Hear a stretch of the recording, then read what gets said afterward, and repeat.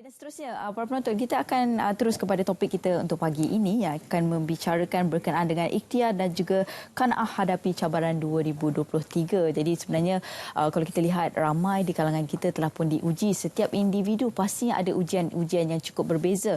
Namun apakah antara ikhtiar, usaha dan juga tawakal kita kepada Allah SWT, dan bagaimana pada tahun ini antara perkara yang perlu kita ubah untuk kita memperbaiki menjadi orang yang lebih baik. Dan insya-Allah ini akan kita bincangkan bersama dengan tetamu saya kenalkan, iaitu Ustaz Ahmad Abdullah Sanik, merupakan pengurus besar Syabab Care Malaysia. Assalamualaikum Ustaz. Waalaikumsalam warahmatullahi wabarakatuh. Selamat tahun baru Ustaz. Selamat tahun baru 2023 juga. Ya, alhamdulillah. Baik, jadi Ustaz, sebagai permulaannya mungkin ada lagi yang kurang, kalau kita kata ikhtiar tu mungkin ramai di kalangan kita yang telah pun faham. Ya. Tapi permulaannya Ustaz, apa yang dimaksudkan ikhtiar dan qanaah? Ustaz, silakan. Bismillahirrahmanirrahim.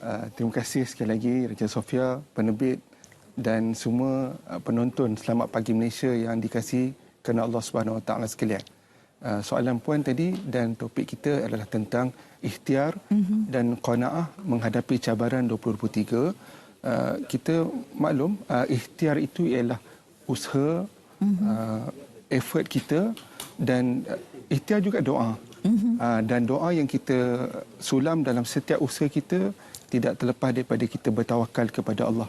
Ya. Okay.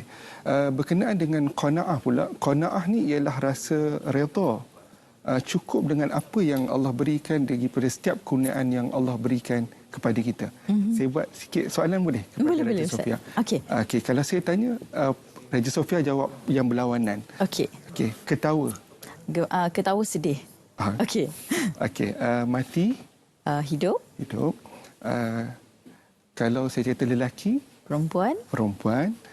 Kaya. Miskin. Itu yang menarik.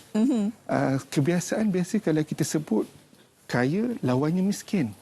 Tapi Allah sebut dalam Al-Quran, dalam surah An-Najmi, ayat yang ke-48.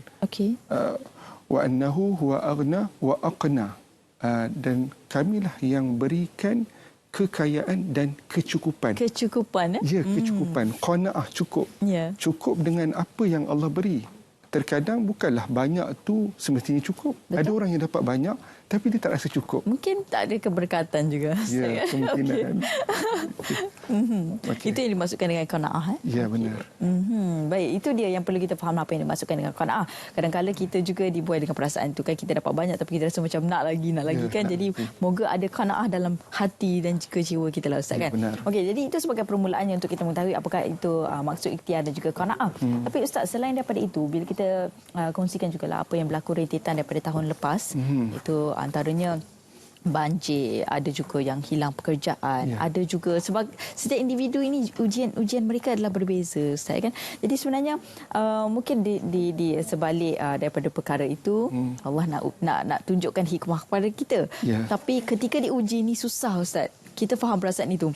Bagaimana untuk kita sebagai umat Islam untuk lakukan yang terbaik pada tahun ini di tahun baru untuk menjadi insan yang lebih baik ataupun umat Islam yang lebih baik? Okey. Menarik. Memang kita ni sentiasa diuji oleh Allah Subhanahu Wa Taala. Bila kita diuji, apa yang perlu kita buat? Ialah bila banjir datang sehingga akan menghanyutkan rumah. Betul. Dengan keadaan hari ini, ialah kita tidak menafikan ekonomi global yang sangat mencengkam sehingga kan ada yang hilang pekerjaan. Betul. Yang berniaga terpaksa gulung tikar dan seumpama dengannya. Jadi soalan berbalik kepada apa yang perlu kita lakukan. Yang pertama, istighfar. Kita istighfar.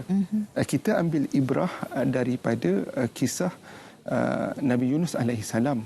Ketika Nabi Yunus bukan ditenggelami banjir, tetapi berada di dasar lautan.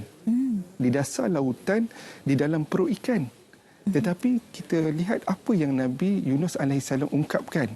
Nabi Yunus alaihissalam ungkapkan ialah la ilaha illa anta subhanaka inni kuntu minaz zalimin. Nabi Yunus alaihissalam menyebut mengakui bahawa tiada Tuhan selain Allah, memuji Allah subhanaka, maha suci engkau, kuntu minaz zalimin, kami dari orang yang zalim. Pertama. Yang seterusnya ialah kita rasa syukur. Dah diuji, kenapa nak kena syukur? Sebab Allah sebut dalam Al-Quran, la in syakartum la azidannakum wa la in kafartum inna azabi lasyadid. Kalau kamu syukur, aku tambah lagi. Dan kalau kamu kufur, kata Allah, azabku amat pedih.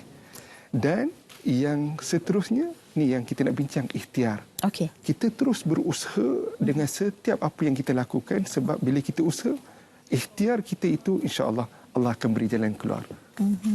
InsyaAllah. Jadi kita kena sentiasa rasa cukup lah. Istighfar, mulakan dengan istighfar lah kan. Kalau kita dah tak tahu mana nak mulakan, mulakan dengan istighfar. Benar. Kemudian adanya ikhtiar dan juga rasa cukup. Setiap ujian tu ada hikmah sebenarnya, Ustaz. Jadi kalau kita lihat apa yang berlaku ini, apa yang hikmah yang boleh kita ambil daripada ujian Allah Subhanahu Wa Taala ini, Ustaz? Okey, alhamdulillah.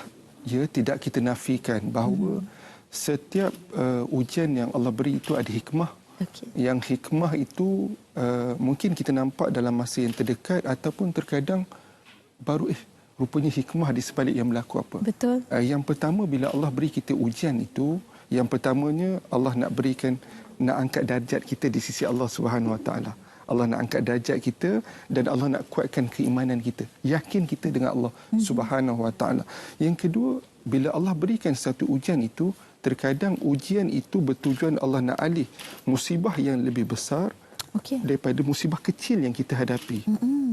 Lagi juga ialah hikmah di sebalik itu, Allah nak berikan kepada kita ialah penggantian daripada nikmat yang Allah kurnia.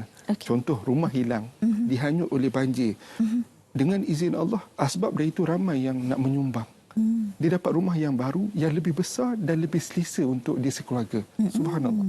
Dan kita juga tidak nafikan, hikmah juga adalah bila mana ujian yang Allah berikan ini, tidak lain dan tidak bukan ialah untuk memberikan kita peluang. Sebenarnya, kita yang melihat, adakah kita nak membantu mereka? Ataupun kita, tak apalah, biasa dia yang kena, kita tak kena. Tapi bila dah kita kena, baru kita tahu. Betul. Dan yang terakhir, hikmahnya juga ialah sebab Allah sayang kita. Bila Allah uji kita, tidak lain dan tidak bukan sebab Allah sayang kita. Betul. Kalau Allah tak sayang kita, Allah, tak apalah, kau nak buat apa pun, biarlah lantak engkau lah.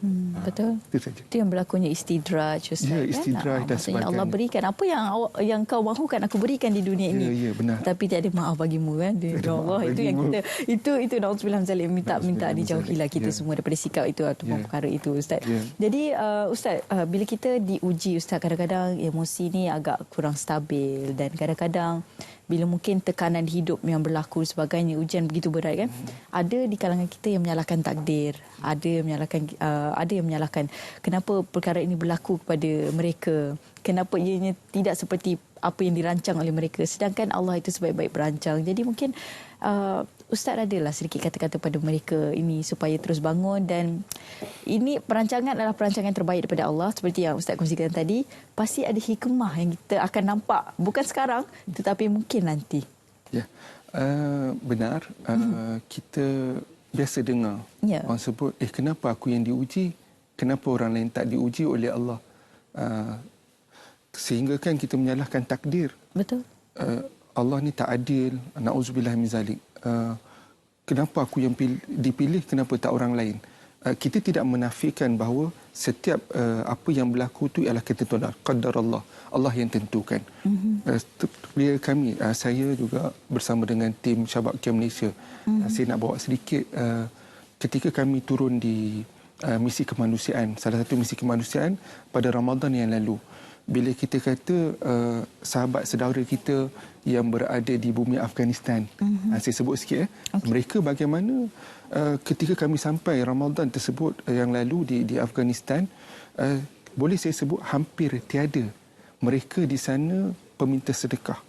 Walaupun hakikatnya mereka di sana ialah telah disekat ekonomi mereka selepas Amerika Syarikat keluar daripada Afghanistan pada Ogos 2021. Dana kerajaan dibekukan. Mereka terpaksa survive dengan apa yang ada. Bila kami jalan, ada kanak-kanak bawa, ada kami tak sedekah. Dia jual pen. Yang dewasanya ada yang menjual buah, ada yang menjual baju bandel. Dia usaha. Dan yang lebih menarik ialah ketika mereka makan, roti yang mereka makan itu mereka tak akan buang. Sebab makanan asas mereka roti. Roti seperti roti naan tu lebih kurang. Sisa makanan tu mereka akan koyak. Kita kalau katalah ada separuh ataupun suku, kita buang. mereka akan ambil, mereka simpan dalam bekas mereka dan bila next makan tu, roti tu boleh tahan 2 ke 3 hari. Mereka akan makan balik. Maksudnya, mereka bersyukur. Walaupun mereka tahu mereka dalam keadaan tersebut, mereka boleh, ya Allah, mereka tak salahkan. Malah kita rasa macam nak bagi, tapi mereka jual, mereka usaha, ikhtiar. Betul. Dan mereka rasa cukup dengan apa yang ada. InsyaAllah, subhanallah. Jadi, Ustaz, diorang pun, yelah, mereka pun boleh tanamkan dalam hati rasa qanaah, rasa kecukupan daripada Allah SWT. Jadi, bagaimana kita ni yang Alhamdulillah Allah kurniakan bagai nikmat pada kita kan, bagaimana untuk kita tanam dalam diri kita supaya kita rasa qanaah ataupun rasa cukup dalam hati tu, Ustaz? Benda tu kena berterusan, amalan yang boleh kita lakukan. Yang pertama, setiap hari kita niat kerana Allah. Setiap apa yang kita buat, bangun pagi seperti pagi tadi, kita niat kerana Allah, aku nak dapat redha dan rahmat-Mu, ya Allah. Yang kedua, seterusnya ialah kita banyakkan buat amal soleh.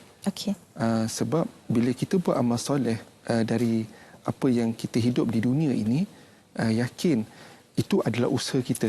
Kita datang bekerja, yang berniaga, yang mengajar, dan sebagainya. Apa juga lapangan yang kita ada dalam masyarakat dan dalam suasana kita, itu setiap ikhtiar kita itu dikira amal soleh. Dan bila kita ikhtiar dalam usaha kita melepaskan diri kita daripada kekurangan yang ada, yakin jalan tu Allah akan berikan kecukupan, qanaah daripada setiap yang Allah berikan. Dan saya teringat Allah berfirman dalam surah Al-Ghafir ayat 44, wa ufawwidu amri ilallah, dan aku serahkan bulat-bulat segala urusanku kepada Allah Subhanahu wa taala. Dan dia boleh jadi macam wirid kita ataupun zikir kita, wa ufawwidu amri ilallah. Wa ufawwidu amri ilallah. Okey, setiap hari boleh kita sama-sama amalkanlah, supaya tanamnya rasa cukup dalam hati kita, insya-Allah. Jadi Ustaz, bagaimana pula kalau kita tengok sekarang ini juga mungkin ada di kalangan kita juga diuji dengan hati. Mungkin mulut tu berkata lain, tapi hatinya pula berbeza. Jadi bagaimana untuk kita, kita sebagai umat Islam, ataupun sesiapa saja pasti akan melakukan kesilapan ataupun dosa lah. Jadi bagaimana kita nak synchronise-kan supaya mulut dan hati kita itu sama, Ustaz? Allahumma salli ala Muhammad. Bila nak sinkronis hati dengan mulut tu yang kita kata, bila kita lakukan apa, kita tanam dalam hati kita. Setiap perbuatan kita tu, supaya kita buat ni untuk kepentingan siapa sebenarnya. Kalau kita buat sesuatu perkara itu demi kepentingan kita sendiri, ataupun yang kita nak adalah Allah redha kepada kita dan Allah rahmat kepada kita, insya-Allah benda itu dia akan sampai juga. Sebab bila buat sesuatu dengan hati, dia akan menghasilkan sesuatu yang besar kesan dia. Sebab contoh ada yang bekerja kerana dengan hati yang ikhlas, dia akan mendapat keputusan yang sangat-sangat terbaik. Masya-Allah. Jadi apa pun pada tahun ini mungkin boleh jadikan azam kita jugalah semua kan. Pada kita semua mungkin kita boleh lakukan apa saja yang kita boleh lakukan bermula dengan hati yang ikhlas. Insya-Allah Allah akan mudahkan dan Allah akan hadirkan rasa qanaah di dalam hati kita. Dan akhir sekali Ustaz, mungkin Ustaz boleh kongsikan jugalah berkenaan dengan program-program Shabab Care yang sekarang ini mungkin sedang berlangsung ataupun akan datang. Untuk yang terakhir ni juga sebagai kesimpulan pada pagi ini, biasanya di sebalik ujian itu pasti ada hikmah yang tersembunyi. Terkadang kita perlu lihat apa yang tersirat daripada yang tersurat yang Allah berikan kepada kita. Juga kita terus berfikiran positif. Kita dah masuk tahun baru 2023 dan hari ini hari Jumaat pertama.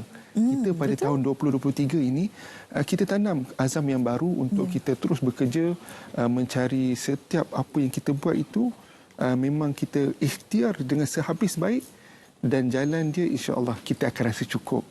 Dan juga sebagai satu lagi tambahan amalan yang boleh kita amalkan ialah kita sentiasa berdoa kepada Allah dengan doa Allahumma kfini bihalalika an haramika wa aghnini bifadlika amman siwak.